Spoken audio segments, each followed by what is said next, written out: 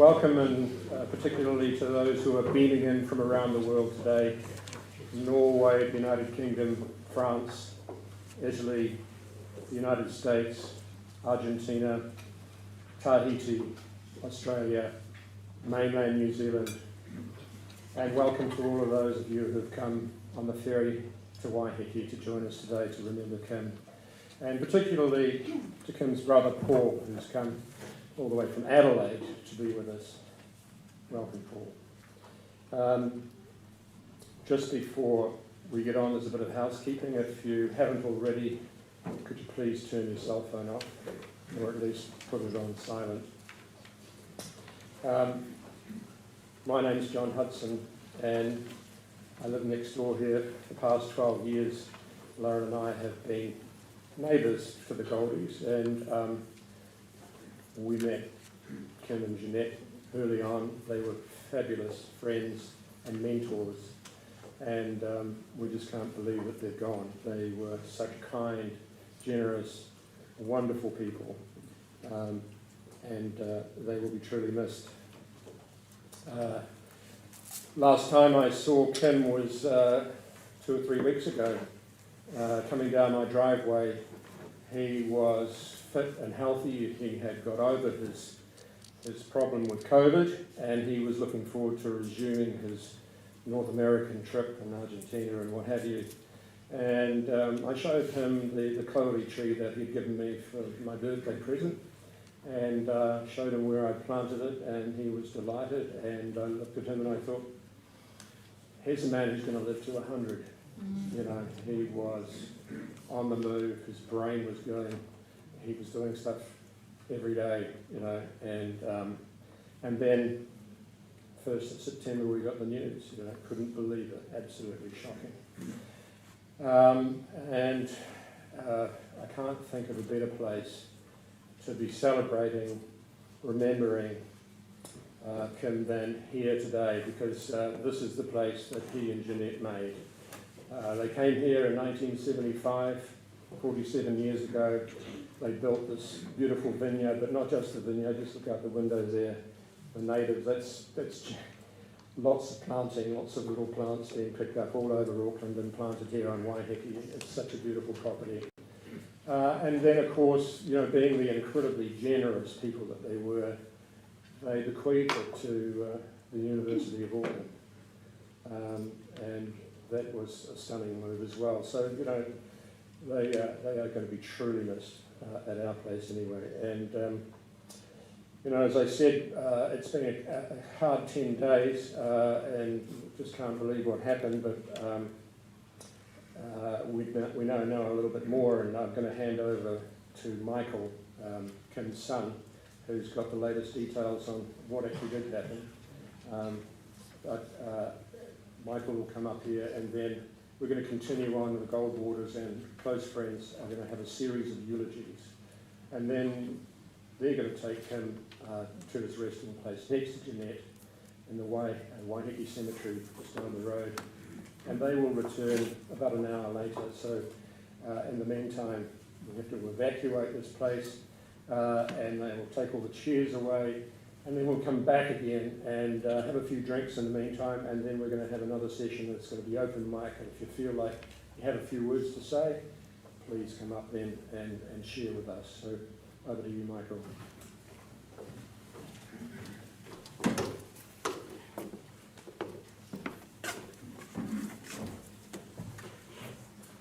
Hello. Thank you, John. Beautiful. If I start crying, there is a reason. Okay.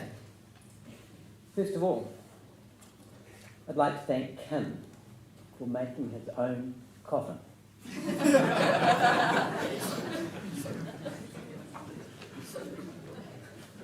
Somehow that sentence tells us everything we need to know about him. A man who could do everything and did. I'm very proud of my father for being so well prepared.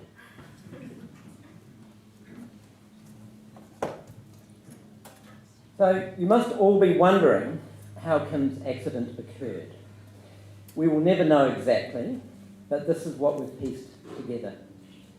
Kim had started mowing the lawn on his tractor When he got to the edges above the cliff, he backed between two small putakawa, trying to get the very last bit at the top of the cliff. Something happened.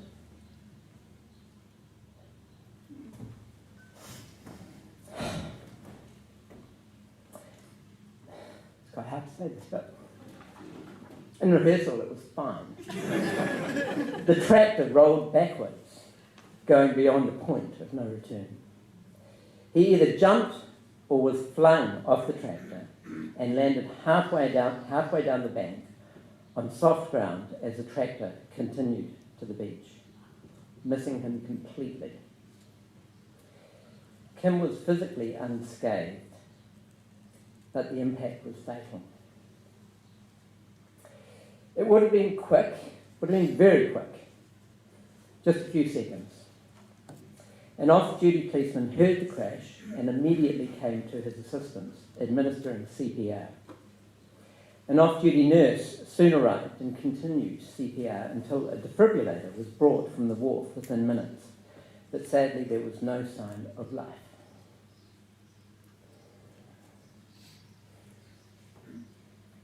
I've just got to get this, I've got to nail this next bit, so give me a moment. Kim went out with a bang, without pain or suffering, living life to the full. In that last moment, there would have just been enough time for one last final expletive.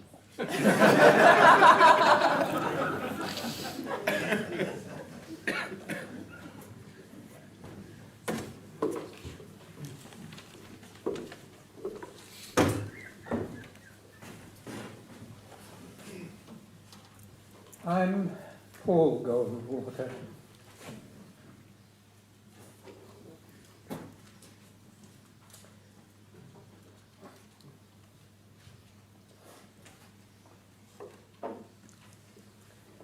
I'm Kim's younger brother. To begin, I would like to acknowledge Karen, Gretchen and Michael for arranging this farewell and celebration of Kim's life. I may be unknown to some of you here, as I've resided in Australia for the last 36 years. As the third and last surviving son of Albert and Rose Goldwater, I now carry the family banner.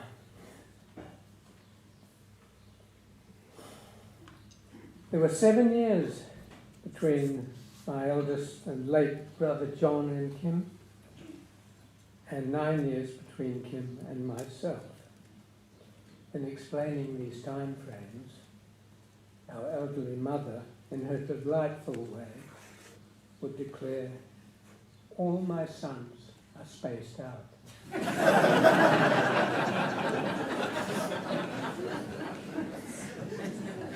My earliest impression of Kim was formed through his boat building at home in Takapuna. He meticulously created, in my 9-year-old opinion, a miracle. The completed fin-class dinghy gleamed. I realised, even then, that Kim was a perfectionist. This has been his hallmark to the end. In 1962, Kim and Jeanette were in England, and I arrived and remained there for many years studying science and medicine. Kim, frustrated with his engineering job in London, left England for a position in Madrid, after which they returned to Auckland. Kim, now a successful professional photographer, concurrently and beautifully crafted a graceful 32-foot yacht, Shadow, a second vessel of perfection. Now qualified, I also returned to New Zealand when shortly after Kim became aware that this Waiheke property, where we are today, was for sale. Being unable to purchase it himself, at the time, he encouraged me and my then wife to purchase it for both families to share. This we did. I returned to London to complete my specialist training when Kim wrote informing me he had planted a vineyard on the property in my absence. By increments of time, Kim and Jeanette established their permanent home here, and he eventually ceased photography in favour of the wine industry. I returned from England, became divorced, sold my share of the property to Kim, and left for a new life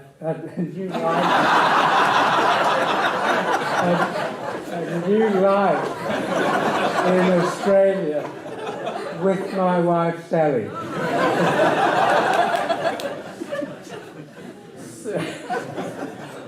Sally is sad she is unable to be with us all for this occasion. In their capable hands, Kim and Jeanette transformed the property into the iconic estate it became. Kim was an exceptional man of great and numerous accomplishments. He was clever, innovative, musical, creative, and gifted. For me, and no doubt many others, it is unsurprising that he attained hard-won national and international recognition in the world of wine. It is with love, great admiration and pride that I will remember my dear brother, Vale Kim.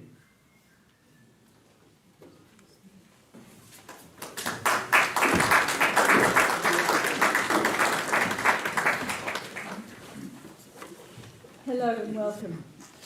I'm Kim Goldwater, the first child of Kim and Jeanette. I want to thank and acknowledge the off-duty policeman and the nurse and the police and firemen who desperately tried to resuscitate Kimbo, and Denise, who phoned me distraught with the news. I'd like to thank Heine and Leslie and Charlie and the team at Goldie. Thank you for all your hard work. Also, my extended family who have come together in mutual love and support, especially Lucy, Mia and Max, who joined me in my tia when it happened. There are so many more who deserve my gratitude, so forgive me, I'm missing you out, sorry. I would also like to thank the Herald for its article on Kim's full and colourful life. The headline read, "Wine Baron crashed tractor down a bank." Interestingly, this was quickly translated and reprinted in Asia as "Wine Baron crashed his tractor over a financial institution."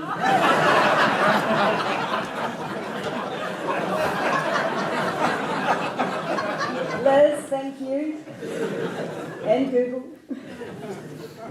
Dad's achievements are many and varied, but perhaps his greatest was becoming a great-grandfather. He was so delighted to meet Lincoln. Nettie would have been overjoyed. The photo in the booklet was taken about a month ago. My last conversation with Dad, he said to me, "I'm coming to town. I have to take Denise to the airport. She is going to Norway. I'll come for dinner on Sunday." I looked at my calendar. Sunday was Father's Day.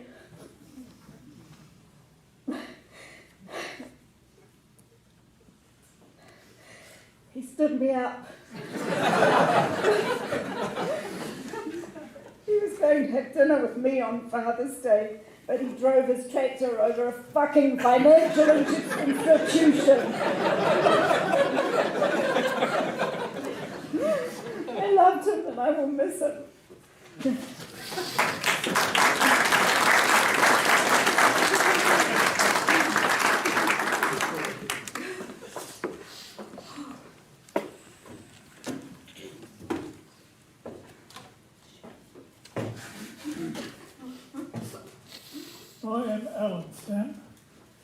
knew Kim for nearly 70 years. We first met during the annual rugby match between Takapuna Grammar and Tauranga College, and the following year at university. This led to a lifelong friendship, and the colourful language on the rugby field continued throughout our many conversations as we regularly solved the problems of the world. We shared many laughs and adventures with Kim and Jeanette that included sailing in Tonga and Turkey. The day we set sail from the Babao Islands, the weather was abysmal. It was the King's birthday, and we were informed that there would be no weather forecast for the next 48 hours. That allowed Kim to bring forth his full range of vocabulary, while Jeanette played her usual calming role. In limited visibility, we proceeded to navigate channels defined by markers and coral reefs, with Kim at the helm and the crew on watch. Jeanette required all her calming skills which were fully tested as Kim continued to berate his crew when receiving conflicting instructions from the crew. Kim, you brought alive many of the dinner parties we shared and never had any difficulty giving your unedited version on various topics and the wine I served.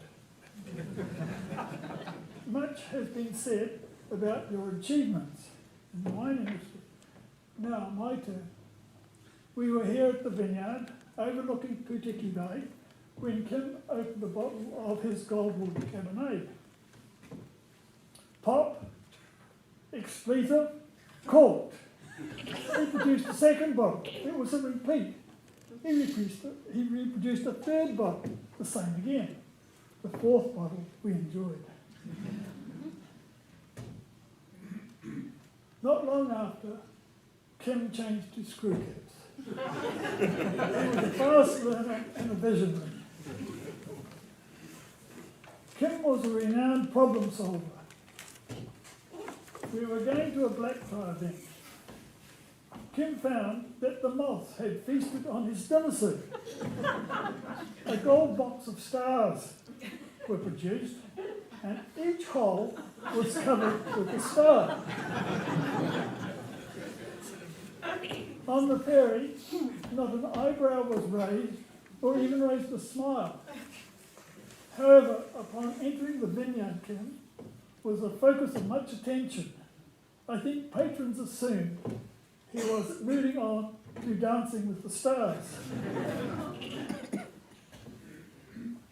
Given all the accolades, however, it was his family that Kim was most proud of. He loved them all, rejoiced in their achievements, and encouraged them in their endeavours.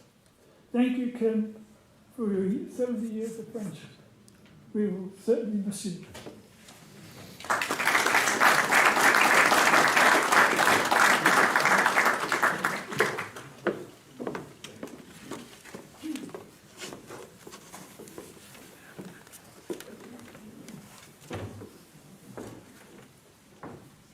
My name is John Hawksby.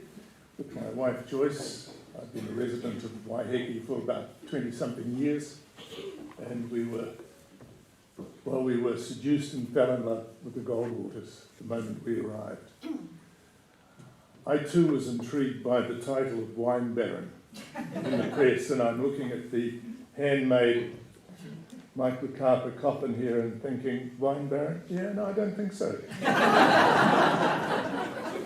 Kim was far too down to earth for that, and he would have had something to say about the media on that occasion. Nobody could rail against the media, Auckland City Council, or wine writers than Kim Goldwater. I was introduced to the Goldwater wines before I met them. It was in Newmarket, I remember, at a wine shop, and the guy said to me, "Have you tried these wines from Waiheke?" I said, "They don't make wine on Waiheke." He said, "They do now." There's a guy called Kim Goldwater and his wife Jeanette, they're making fabulous wines. So I bought some and tried them, and they were beautiful and they were a reasonable price. And I thought, good value here. 15 years later, we're living on the island, we're introduced to the Goldwaters, we fell in love with them instantly. I was going to say to Kim that I had reinvented myself as a wine writer, but fortunately held my breath and passed on that particular one. But I came to appreciate something that I've never understood before, and that was that not only were the wines great, because Kim understood aspects of winemaking, terroir, the environment, precision, making the wines and so on, but I came to appreciate something else that I think sometimes you get very, very rarely, and I don't know how to define it. But somehow in the wine is reflected the character of the people who make it. I don't know how that happens. But the Goldwater wines were approachable, they were bright, they were enveloping, they were lovely, they were luscious, they were without pretense. They were consistent. You not only wanted to drink them, you wanted to hug them. We hadn't been on the island long, and I was asked to be the auctioneer at a charity event. I think we were raising money at the time for the playground for one of the local schools. So we get to the last wine auction item, and it's a twin pack of Goldwater wines, and there's a lady in a blue dress and she's bidding furiously. Suddenly the bidding stops at $600. So I'm about to send it away, $600 going once, $600 going twice. Kim Goldwater is sitting down the back in the middle, and his hand goes up. He says, $700. I said, "Thank you, new bidder, $700. $700 going once, $700 going twice. Kim's hand goes up again, $800. I'm thinking, this is very strange. There's people on Waiheke, I don't know what's in the water. So I said, "Thank you very much, that's very good." $800 going once, $800 going twice. Hand goes up again, $900. I said, "Kim, excuse me, they're your wines. You can have them any time. Do you not realise you're bidding against yourself?" And he said to me, yes, it's not a problem. It's a very good cause. And in actual fact, I need to keep the price of the wines right up.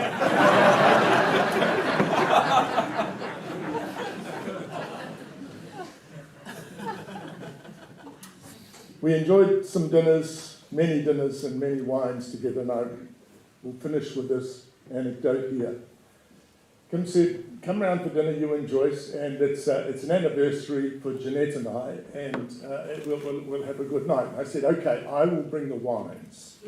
You don't do anything else. I'll bring the wines." So I said to Joyce, "I'll need to go deep into the cellar and get something special." So I thought, I just really need to boast here.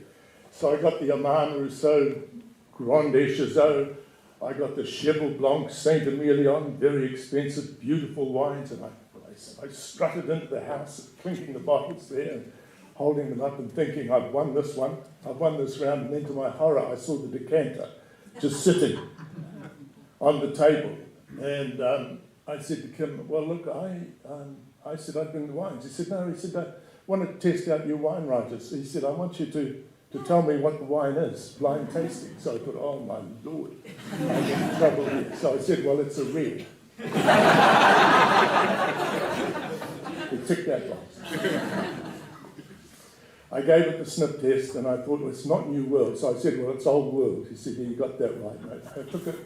I had no idea. I just knew it wasn't a New World wine. And I said, "Is it French?" He said, "Yes, it is." "Now, what is it?" And I threw out everything that I could.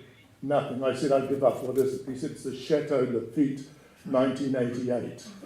Now, if you were to buy a case of Chateau Lafite today, it'd be about the same price as a small electric brand new car. He said, "It's my last bottle." I said, "Where did you get that?" And he said, "Oh, I know the family." He said, we had dinner with them in New York from time to time, and we swapped wines. So here was a man who bought his last lovely wine, almost wasted on the Hawksby's. Such a man of generosity and kindness. They say the mark of a great man is not so much what he or woman, what they did while they were here, but what they leave behind to grow. Kim has left a lot, as has Jeanette, especially to this island and this community on Waiheke, this establishment for the University of Auckland, which has already been mentioned.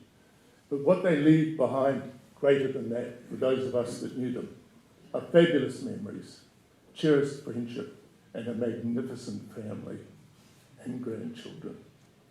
The mark of greatness is measured not in the material things, but in what is left behind to grow. God bless you. And for those of us that have known your dad and your mum, we've been greatly blessed.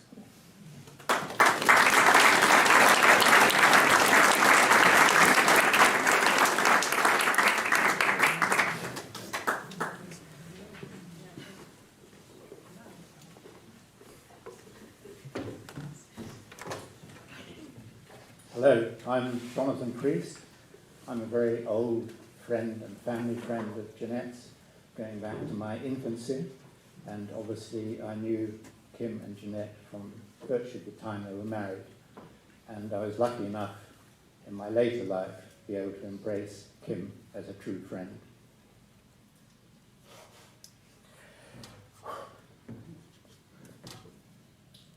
So I guess celebrating the life of Kim and setting aside the nature of his untimely death, he still had so much more to give, and I always remember him for his characteristics. Argumentative, rational, anti-establishment, kind, uncompromising, witty, and humorous, loving, a warm family man. You may recognize this person. From his own biography, Other Fish to Fry, these traits are evident in his own words. To meet him at any time, however briefly, was to leave you with an indelible memory.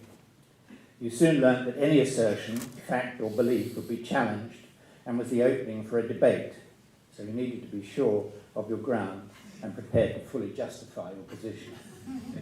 The foundation of this characteristic is his Jewish heritage, wonderfully and wittily described in the book. I quote, "The interpretation of the law is open to argument. In fact, for Jews, the interpretation of everything is open to argument. You only have to put two Jews together to have an argument. Jews will argue about anything and everything. This phenomenon virtually defines Jewishness, and they have the ability to walk away from any argument without rancor. More often, the participants in these arguments part as much better friends." I first knew Kim when he and Jeanette moved into the little house my mother had bought in Richmond, England, in Halford Road, in about 1962. Karen was about 2 years old and was with them, and Gretchen was born there. The family had the main room on the first floor overlooking the street. I was about 18, on leave from Dartmouth. Kim, as a virile and warm-blooded young man, slept in the nude.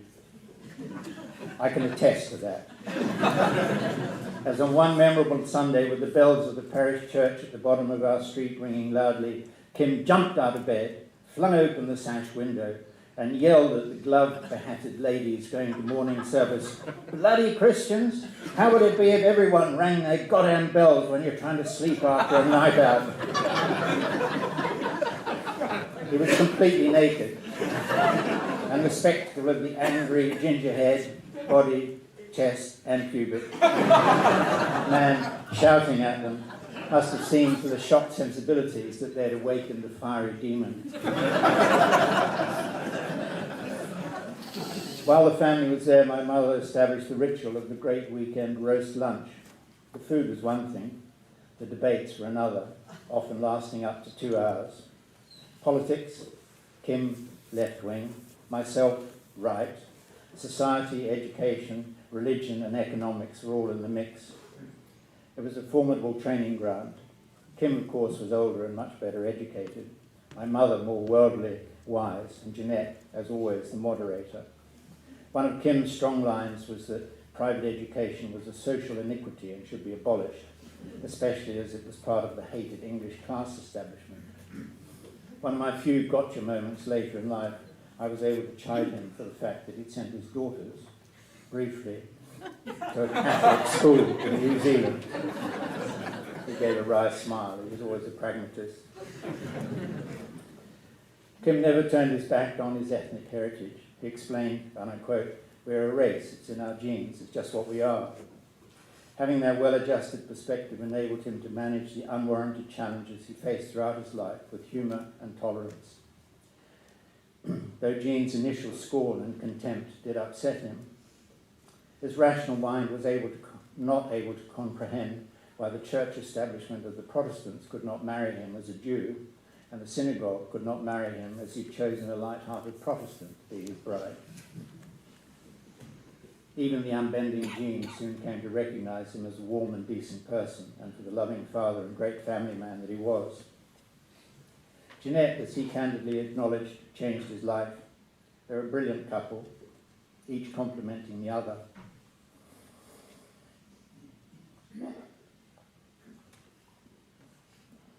How wonderful they were together. Words cannot embellish that relationship. And we all know how strong was the love that bound them together. Kim and Jeanette's achievements are well known and documented. After their travels in England and Europe, after Kim became disenchanted with civil engineering, they settled into what was intended to be a hippie, happy lifestyle here. A bit of itinerant photography, sailing, growing their own vegetables, and planting a few vines, just for fun. Kim always tried to drop out, but failed magnificently. He always dropped into life, family, nurture, business, and the excitement of living. One significant memory was their incredible 80th event in Italy. It was a celebration that symbolised their generosity and wrapped together their extended family and close friends. Our families have borne a torch of close intertwined relationships and carried it forward for 3 generations, starting with Roy and Arthur, Jean and Becky, through Kim and Jeanette, and on to our children, especially Julian and Sophie, whom they mentored and supported, and to Tessa and Aladdin, and through our close relationship with Karen and Nick, and the open kindness we've enjoyed with Gretchen and Michael. Fitty holds them dear to her heart. That's what love can do. A wonderful bubbling happiness and positive joys, a waterfall of bubbling happiness and positive joys. Our reunions always just picked up where we left off. I'm so grateful that I had and took the chances to know Kim and Jeanette in their later life across the globe, in England, Perth, and on their home territory in Auckland. Sailing, jousting, feasting, listening to Kim play the piano. Once embraced and accepted by Kim, it was the basis of an unshakable loyalty that spanned the years. True love. What a wonderful characteristic. And you can't argue with that, you old bugger. I lay in my bed and went, rest quick. Best love.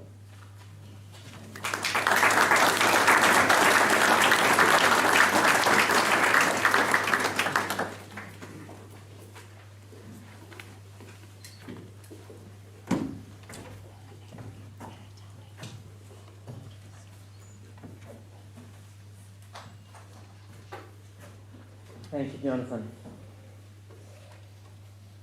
I'm still Michael Goldwater. I'm still Kim's son.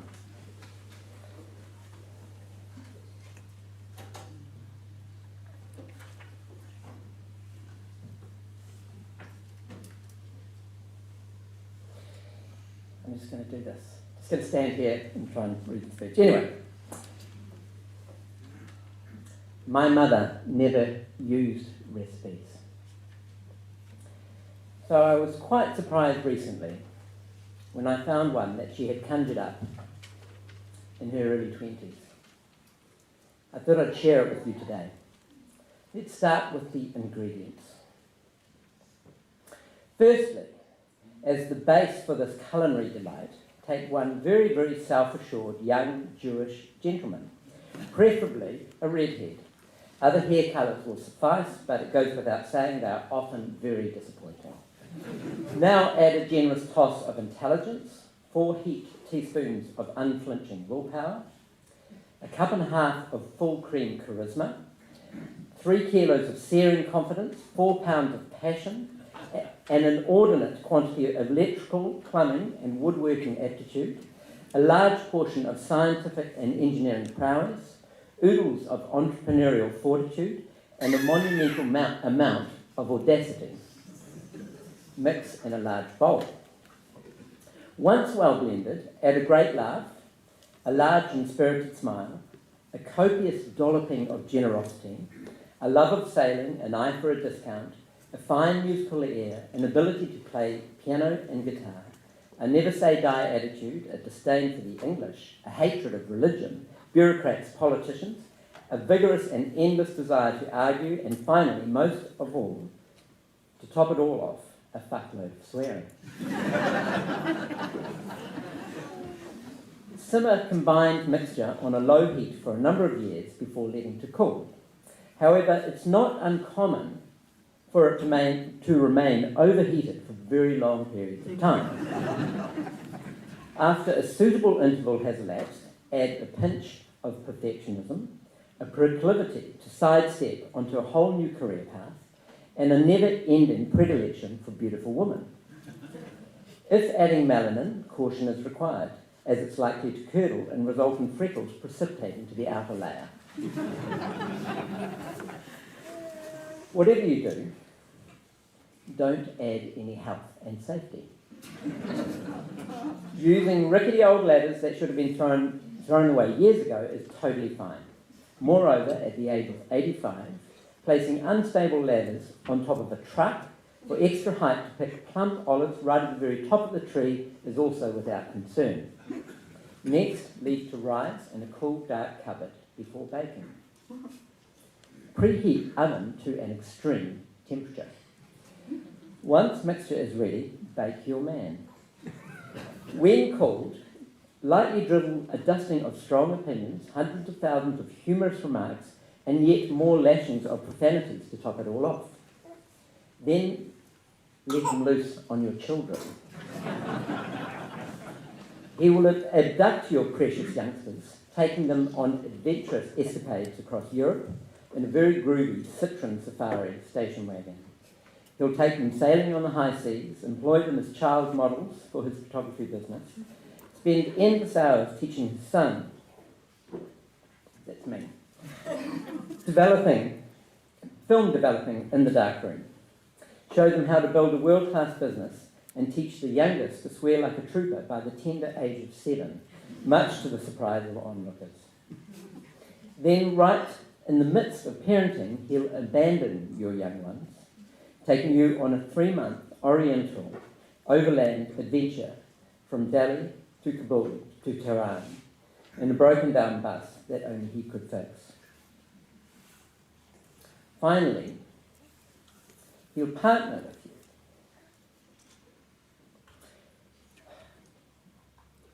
to grow the best wine in the world.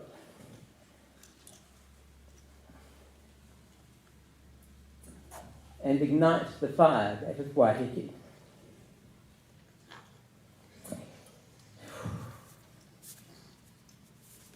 If you had inadvertently added far too much generosity into the mixture, your well-baked man will give away your winery and vineyard.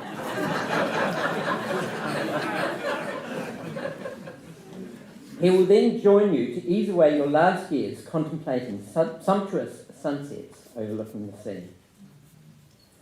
After tending to you so lovingly,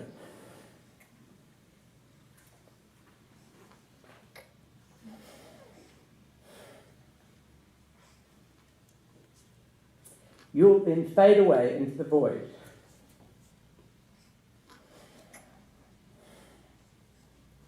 After which, your well-baked man, at some later point, will drive off a cliff.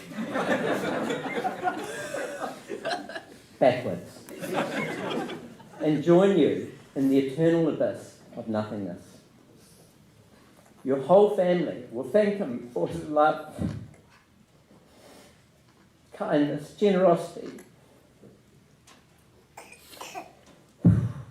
and visionary example, and be left with far more laughter than tears, just as he would have liked.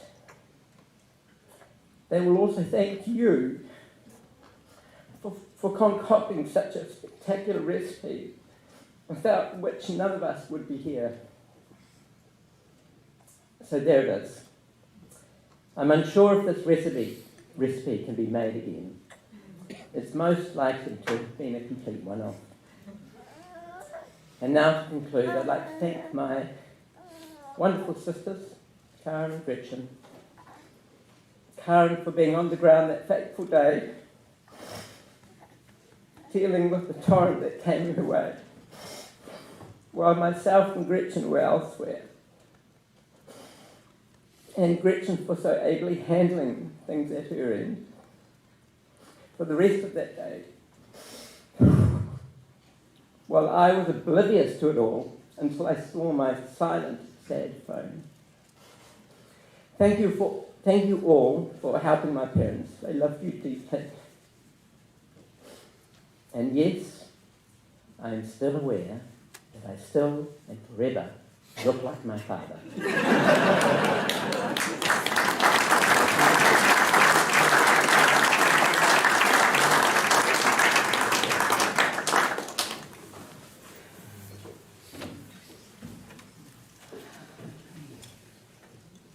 I'm Rachel Shanza. Kim was my uncle. John was his elder brother, and Paul's elder brother.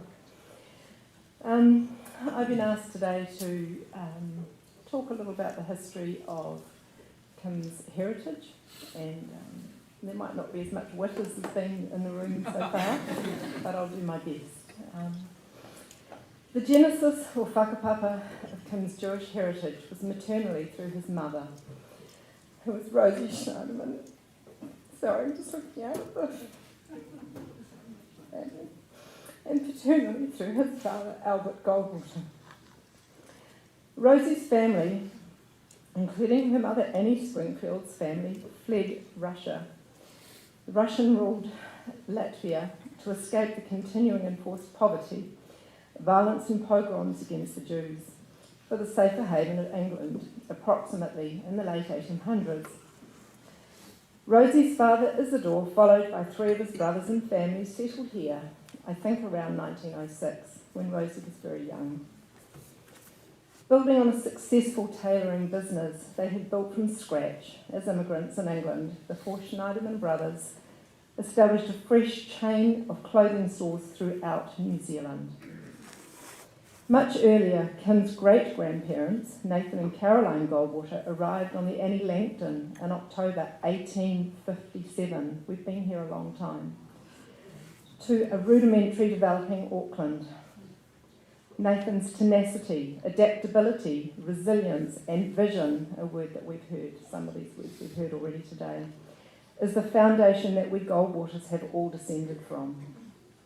These traits are clearly evident throughout the extended family and in Kim and how he lived his life. In brief, Nathan fled Poland as a 16-year-old to evade conscription and the ever-increasing violence and pogroms against its Jewish people. Trekking on foot across Europe, he eventually made it to London, set himself up as a tailor, and in time married Carolyn Green.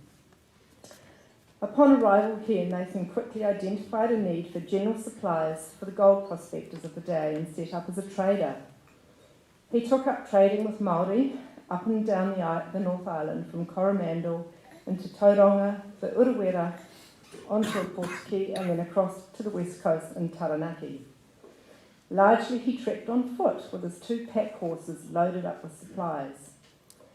The stories we grew up on were that Nathan was welcome in the Māori world, became fluent in Te Reo Māori, slept on marae, and was affectionately referred to as Natana. As both Rosie and Abi were known for telling a good yarn, it is no surprise that Kim too was inclined to tell a good story.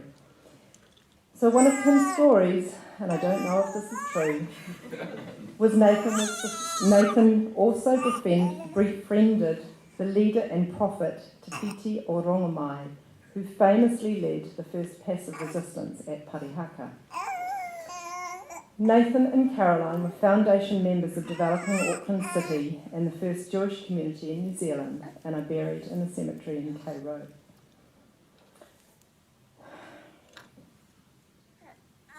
Kim was not a religious man and did not adhere to or follow the ritual practices of Judaism.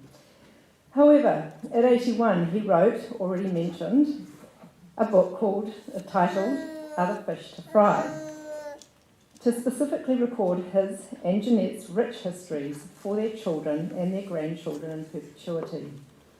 This book is a mix of historical fact and Kim's interpretations, which are many, and expressions of people and events. Two short snippets from his book announce quite firmly his acknowledgement of his origins. He wrote, "I am Jewish," and goes on to explain his experiences that often non-Jews of European origins referred to us as people of your persuasion. He wrote, "They don't understand that we have not been persuaded by anybody or about anything. We are a race. It's our genes. We cannot help it. It is just what we are." Around the time he was finishing this book, he and I were chewing the fat about our family's history. He was quite emotive, and I remember thinking this is the first time I'd heard Kim articulating he identified as a Jew. So, our ancestors, the Schneidermans and Goldwaters, coursed through our veins. How they walked in this world, escaping persecution and beginning new lives twice over, leave traits evident in the legacy of Kim, his 3 children, his 8 grandchildren, and I'm sure his great-grandchild, who he did get to meet, cuddle and quell over. Kim and Jeanette have modelled seeking opportunities, taking risks, working hard, being kind and generous and opening their home to so many family, friends and beyond. When Kim left us in spectacular form on his beloved tractor, his family that were in the country quickly came together to comfort and support each other. As I sat with 2/3 of Kim's offspring at his table in his house, and I also thought of those that couldn't be with us that day, and all I could think was, look at this beautiful legacy that Kim has left behind. Without exception, his children and his grandchildren live life fully, are really good at what they do. They're kind and they're generous and they know the importance of family. Serendipitously, the day we bury Kim is the yahrzeit, which is the commemoration, the Jewish commemoration of our late Father John, who left us exactly 22 years ago today. So,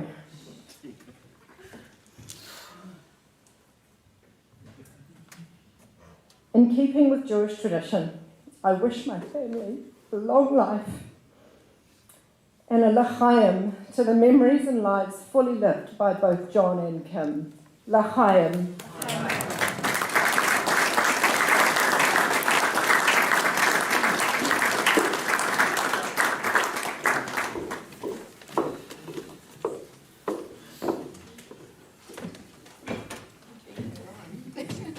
Hi, I'm Lucy. Kimbo, grandfather to Ben, Sam, and our cousins. There's multiple now. Great-grandfather, or GGD as he called himself, to little Lincoln. I've been lucky. Kimbo's been in my life for 33 years. A lifetime of memories, experiences, and life lessons. Among the many things he's taught me, Kimbo taught me to stand my ground, to take my seat at the table, to stretch my critical thinking, and debate him on almost anything. And just so you all know, I disagree with about 80% of what he had to say. One of which, I'm sure you've all heard, is Kimbo's view to never let the truth get in the way of a good story. You see, in the story of Kim's life, as much as he's used creative license in his stories and his books, the truth is actually the better story. Kimbo was a crazy one, a fiery, red-headed misfit. a booze-peddling rebel. He saw the world and his place in it differently. He wasn't going to settle for the status quo. And when he came home from his job as a civil engineer, announcing that he quit, Nettie calmly went about planting a bigger garden to sustain the family. That was Kimbo, a rebel with a cause to march to the beat of his own drum. In his view, a one-man band who alone could do anything. The thing is, he couldn't. He needed Nettie. The story of Nettie and Kimbo is one of unconditional love. Their life story is not just the love story you've heard about and admired for years, not the romantic notion of what it may appear to be, but the real one. The volcanic eruptions, Kimbo, you know that, the passion, the messiness. They made it work when they could have given up, and they loved when it seemed impossible. They were unique, two parts of a whole. They supported each other unwaveringly, and they radically accepted each other as they were. An inimitable life story. They were ordinary people who learned to love extraordinarily, and they shared it with everyone that they brought to the table.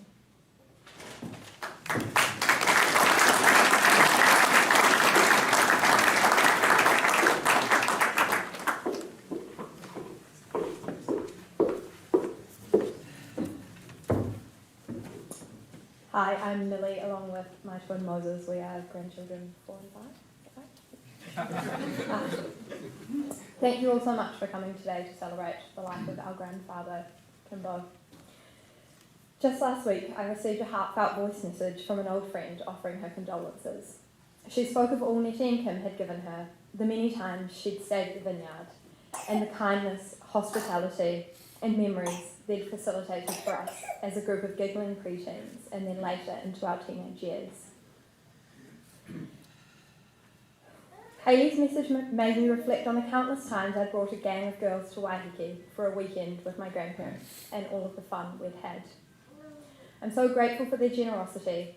Nettie and Kim really were the dream team. Kim taught me lots.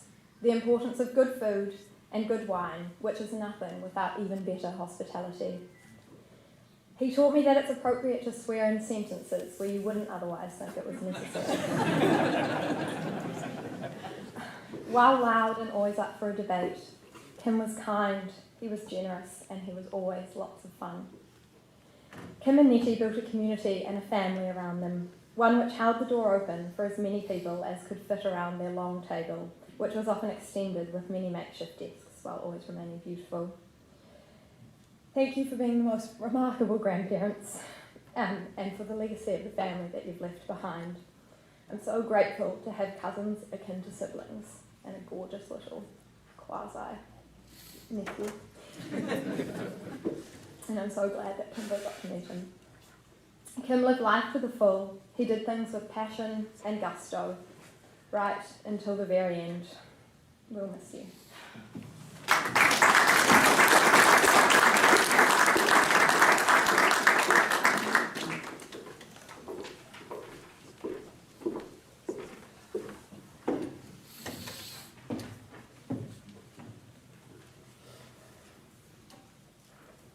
Hello.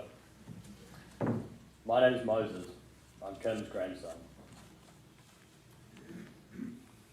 When I heard the news, after the shock had worn off, I thought to myself, what a fucking idiot.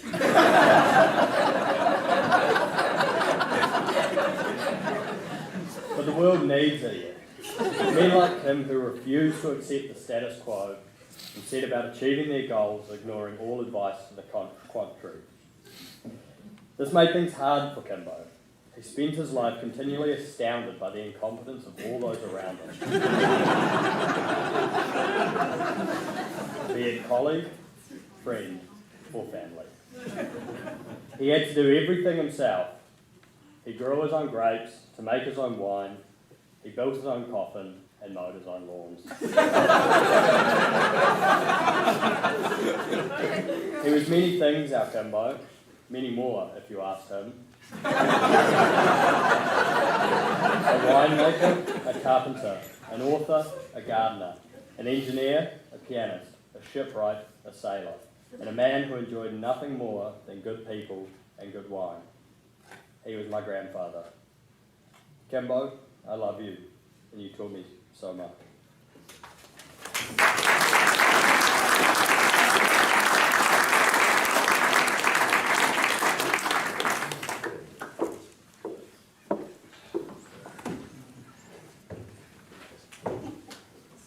Oh, it's quite something when you get up here and see back this way.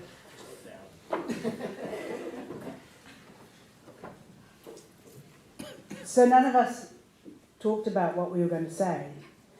And coming last, I'm thinking, we're all saying the same thing.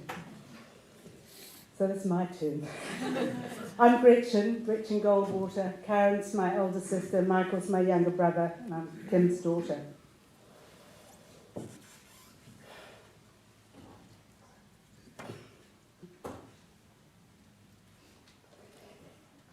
As everyone has said, we can't talk about Kim without talking about Jeanette. They were so inextricably linked. She enabled him to be the person he was. Just going to clear my eyes. I can't see my words. I'm all right, John. Good.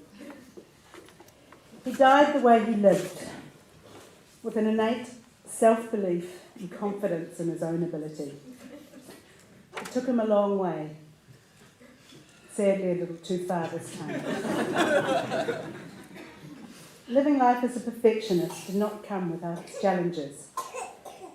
No one could ever do things as well as he could, in his mind anyway. Why do I have to do everything myself was his catch cry. Of course, a couple of expletives added in there. The thing was, he could do just about everything himself, so he did. He instilled in us never to fear change. As you've heard, he reinvented himself many times, from engineer, photographer, winemaker, musician, and then finally to author. Being successful in each, except query whether the author was so successful. However, we all do appreciate that he documented our family history so beautifully, as Rachel said, but who knows? It's a good story. It could have been reasonably difficult as a child living up to a perfectionist's expectations, but I actually think that he and I became closer because of it. It was hard not to respect his ability, his determination, and his work ethic. The boat, really, was the defining theme of my childhood with Kim. Sailing on Shadow, Kim and I developed a very strong bond, a bond that endured right to the end. When he was building the boat in our backyard, he devoted his entire energy to it. I remember that period of about 2 years as being the time of eggs on toast. As I recall, he didn't go to work. He just worked entirely on the boat. All the money we had went into building that boat, and we ate eggs on toast. 2 years. Those early days were times when Mum and Dad would just say, kids, go and entertain yourselves. We're busy doing things. We're making things happen. And they were. But then we would go sailing. We had fabulous summers, sailing the Hauraki and beyond. They were fabulous. But when he was working, there were fun times for us to be had. Hanging out at Brown's Mill, where he had his photographic studio. Karen and I particularly, after school, did a lot of hanging around Brown's Mill, at the market, at his studio with Robin Morrison. We thought it was very cool. And it was. But in later years, when Mum and Dad visited Ken and I in New York in 1995, we hatched a plan to join the family business. Working with the family, as you can imagine, was not without its challenges. Somehow Ken managed to tread the fine line, keeping the water smooth and the business booming. Together, they were a good team. Which I have to say was not easy. So thank you, Ken. Kim had a reputation, all the time. That was the problem. Sorry. Kim had a reputation of flying off the handle. Largely it was directed at himself. But he did mellow over the years. And every now and again, when the password couldn't be remembered or the keys couldn't be found, you could probably have heard him in Auckland. Excuse me a moment.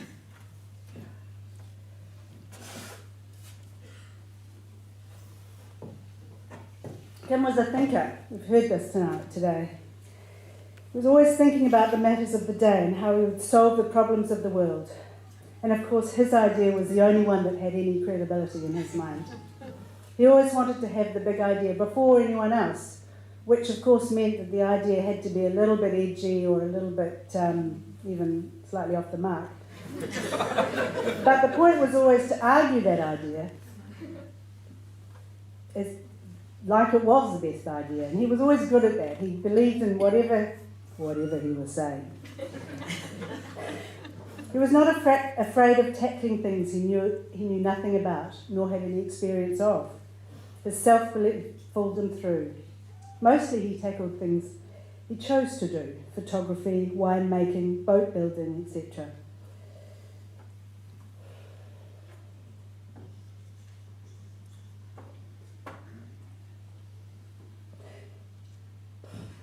But it was not until he had to tackle looking after Mum when she got leukemia that he had to learn to do all the things that she had done for them both. He learned how to care for her, to have patience and calmness, and he learned how to cook. When Mum was sick, it was amazing. She would listen from her bed in the other room. She would hear what he was doing in the kitchen, and she would just call out to him, I think that's enough cooking, or slice it a bit finer, or add a bit of salt now. She knew what he was doing. She listened, and she taught him how to cook from the other room. So he learnt to listen. Ken and I benefited from those new skills over the last couple of years after Mum's death. We spent a lot of time together. We went backwards and forwards to each other's houses for dinner. When Ken and I had a big day, he would text and say he was on dinner. And it was always good. And we gave his cellar a good nudge.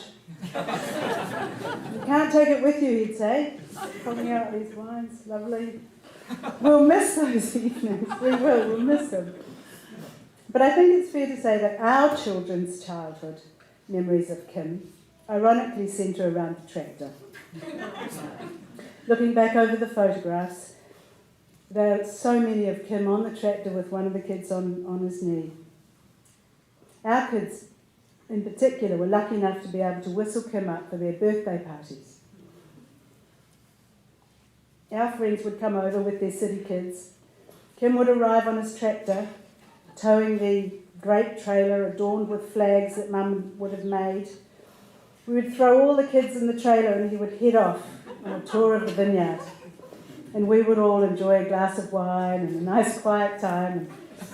And then he'd come back and all the kids would, again, and off we'd go for another round of the vineyard, and we'd all have a lovely time. We used to love those birthdays. And I've seen a couple of those children here today, which is just so lovely.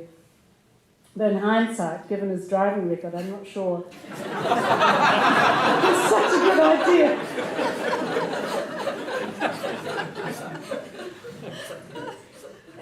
Some of you may remember this.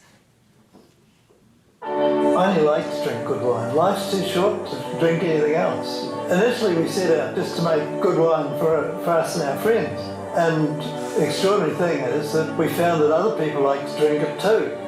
You can't manufacture wine. You grow wine. Grow it in a vineyard, in a particular place. You know, vines don't just grow by themselves. They need people. It's a nurturing process. I believe that wine has to have balance. All the elements of the wine have to be in perfect harmony. It's it's got to be complete. It's got to be round, feminine, beautifully balanced. You can't make wine without passion. But wine makes you passionate about what you do. Food Town sells some of the best wines from around the world, including Goldwater.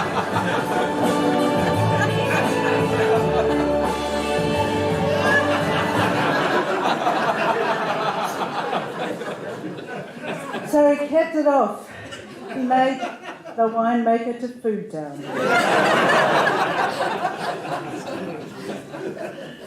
But I think you'll agree it's a lovely record of his passion and commitment, and watching it again now, I mean, it's just so lovely, so lovely. And I think it's appropriate in the circumstances to tell you a quick story about when Kim and Jeanette met the Queen. And she visited in 1990, and the selected winemakers were invited to meet her in Blenheim. And they all duly turned up in their version of New Zealand finery in some beautiful Marlborough vineyard. And usually it had rained quite heavily the night before, so they'd lain hay down on the grass so that everyone wouldn't get their nice shoes dirty. Then the helicopter flies in with the Queen and it lands. And you can imagine the downdraft, the hay. The Queen was presented with a ragtag bunch of winemakers all covered in hay. Kim found that particularly amusing.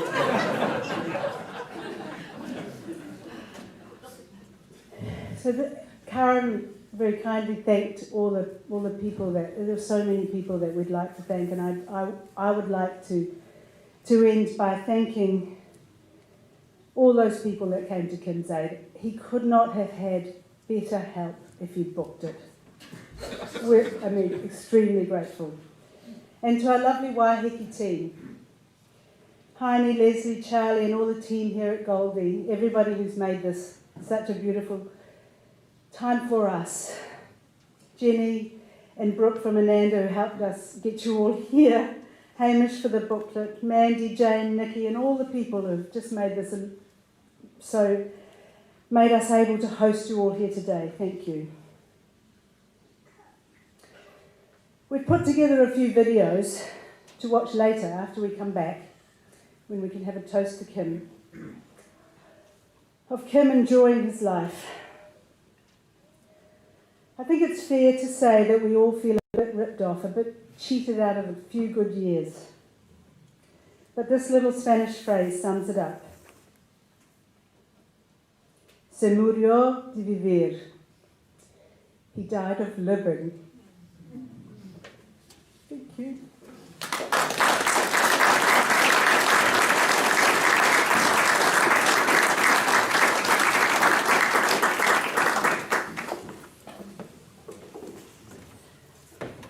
The time has come now to farewell Kim, and I'd ask the pallbearers to come and take him to his resting place at the Waiheke Cemetery next to Jeanette.